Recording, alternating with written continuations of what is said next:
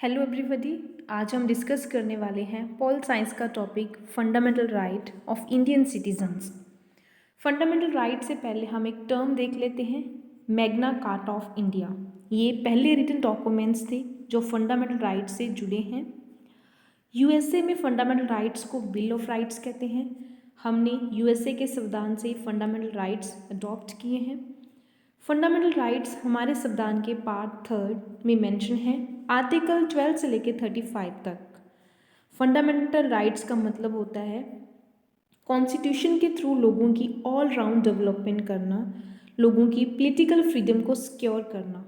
हमारे fundamental rights ही check करते हैं unlimited powers of A state, ये जुडिशली एनफोर्सेबल होते हैं। और फंडामेंटल राइट्स इमरजेंसी के दौरान सस्पेंड किए जाते हैं except article 20 and 21। National emergency के टाइम आर्टिकल 19 ऑटोमेटिकली सस्पेंड हो जाता है। ओरिजिनली हमारे पास 7 फंडामेंटल राइट्स थे, लेकिन राइट टू प्रॉपर्टी हमने एक ऑर्डनरी आर्टिकल बना दिया with the help of 44th amendment act 1978। At present हमारे पास टोटल 6 फंडामेंटल राइट्स हैं, right to equality, right to freedom, right against exploitation, freedom of a religion, culture and educational rights and right to constitutional remedies. Video के इस part में हम 1 bye 1 सभी articles को discuss करेंगे। ध्यान से सुनना। चलिए शुरू करते हैं। First is article 12। आर्टिकल 12 में स्टेट की डेफिनेशन दी गई है। स्टेट को 4 क्लासेस में डिवाइड किया गया है। First is union government and parliament of India. Second है state government and legislature of states. Third is all local authorities and last is other authorities. Article 12 में स्टेट की सिर्फ डेफिनेशन दी गई है। Next is article 13। Article 13 state करता है कि constitution is a supreme of all laws in India. Bharat में जितने भी लॉज हैं उन सभी का सुप्रीम जो हेड अथॉरिटी है constitution.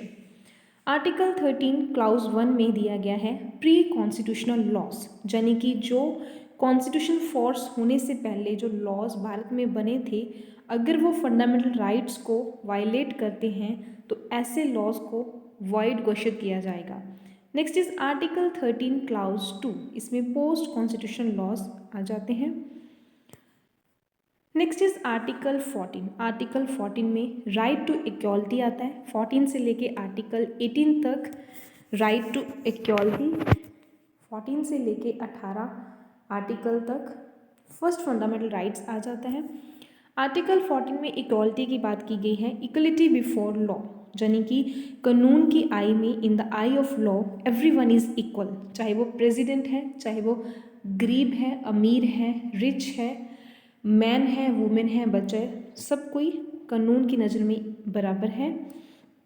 Next is equal protection of a law. इसमें रीजनेबल डिस्क्रिमिनेशन किया जाता है, यानी कि छोटे बच्चों के अलग कानून हैं, बड़ों के अलग कानून हैं। इक्वलिटी यहाँ नहीं है, मीन्स इक्वलिटी प्रोटेक्शन प्रोवाइड की गई है। बच्चों के जो लॉज हैं उनको इक्वली प्रोटेक्ट किया गया है, बड़ों के लॉज को इक्वली प्रोटेक्ट किया गया है। Next is article 15। आर्टिकल 15 के तहत prohibition of discrimination on the ground of religion, race, caste, sex और a place of a birth. इस आर्टिकल के तहत हम किसी भी पर्सन से धर्म, जाति, रेस, लिंग या जन्म स्थान के आधार पर भेदभाव नहीं कर सकते। ये आर्टिकल एक सोशल मॉरल भी है, मीन्स एक मैनर्स है कि हमें किसी भी पर्सन को डिस्क्रिमिनेशन की नज़र से नहीं देखना चाहिए, चाहे वो रिच हो, अमीर हो, किसी भी कास्ट का हो, किसी भी रेस का हो, किसी भी धर्म का हो। Next is article 16। Article 16 is equality of opportunity in the matter of public employment, यानी कि everyone has a equal rights, सभी के पास इक्वल अधिकार हैं जॉब करने के, चाहे वो वुमेन हो, हिंदू हो, सिख हो, मुस्लिम हो, एससी हो, एसटी हो, पंजाबी हो, बिहारी हो, कोई भी हो, सभी के पास कंपटीशन करने का हक है, जॉब लेने का हक है, इक्वल राइट्स हैं। Next is article 17। आर्टिकल 17 में अनटचेबिलिटी की जो प्रैक्टिस थी उसे अवॉइड किया गया है, मीन्स ख़त्म किया गया है। अगर कोई ऐसा करता है, अगर कोई अनटचबिलिटी की प्रैक्टिस को करता है तो ये एक पनिशेबल ऑफेंस होगा, यानी कि उसे सज़ा मिलेगी और कोई माफ़ी नहीं है। Next is article 18। आर्टिकल 18 में टाइटल्स को एबॉलिश किया गया है, यानी कि ख़त्म किया गया है।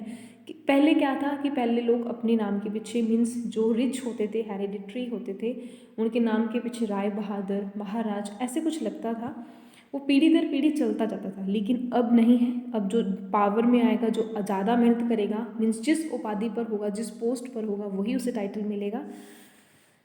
सो राइट टू इक्वालिटी के हमने 14 से लेके 18 आर्टिकल्स तक सभी आर्टिकल्स डिस्कस कर लिए हैं। Next is right to freedom. Right to freedom में आर्टिकल 19 से लेके आर्टिकल 22 तक सभी आर्टिकल्स आ जाते हैं। वन बाय वन हम देख लेते हैं। First is article 19। आर्टिकल 19 में कुछ राइट्स को प्रोटेक्ट किया गया है, स्पेशली राइट टू स्पीच, कि हमें बोलने का अधिकार है। Next is article 20।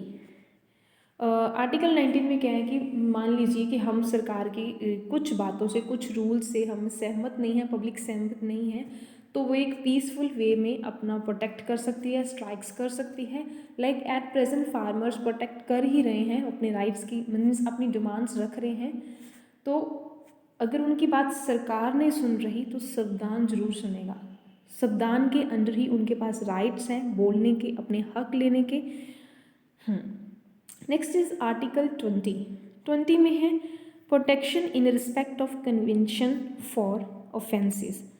ये आर्टिकल प्रोटेक्ट करता है उन लोगों को जिन पर क्रिमिनल चार्जेस लग चुके हैं, यानी कि कोर्ट में जिनका केस चल रहा है।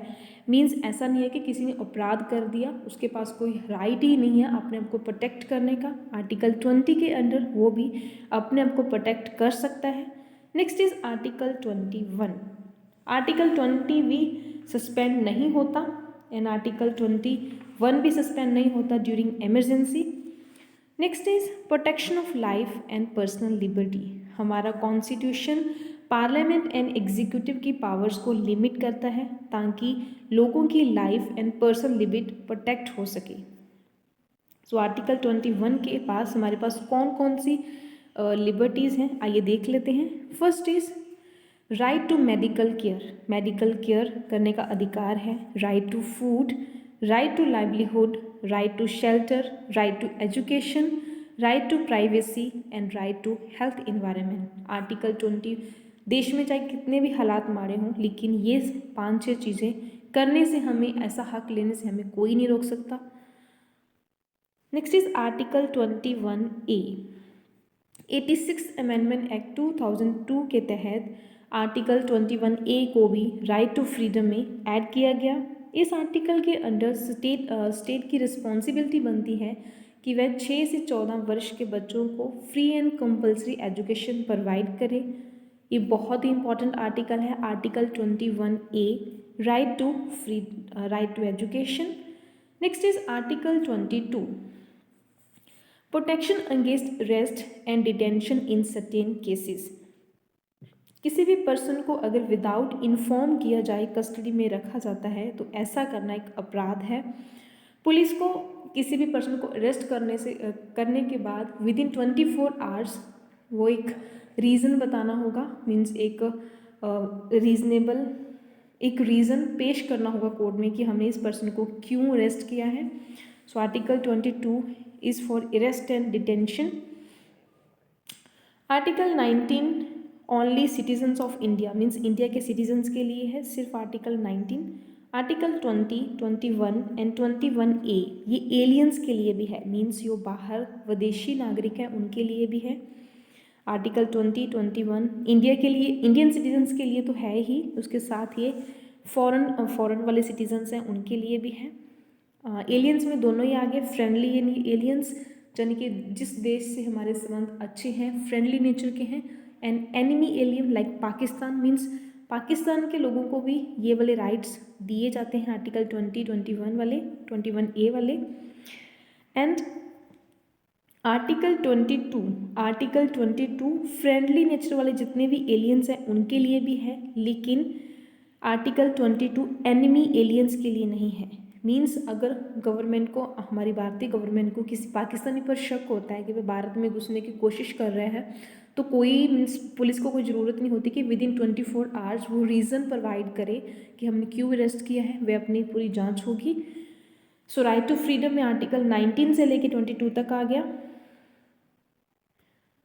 Next is right against exploitation, इसमें आर्टिकल 23 से लेके आर्टिकल 24 तक है।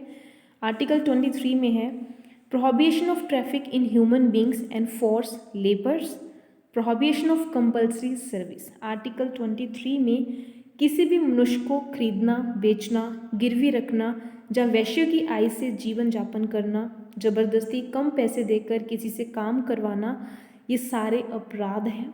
आपको सज़ा मिलेगी अगर आप किसी के साथ ऐसा करते हैं, आर्टिकल 23 के अंडर।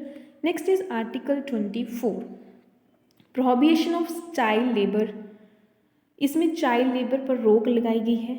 ये आर्टिकल 14 वर्ष से कम उम्र वाले बच्चों को किसी भी कारखाने या खान में काम करने से रोकता है। So this article is for the safety of children. Video का अंत यही होता है। यहाँ तक हमने आर्टिकल 24 तक डिस्कस कर लिए, बाकी के आर्टिकल्स हम नेक्स्ट पार्ट में डिस्कस करेंगे।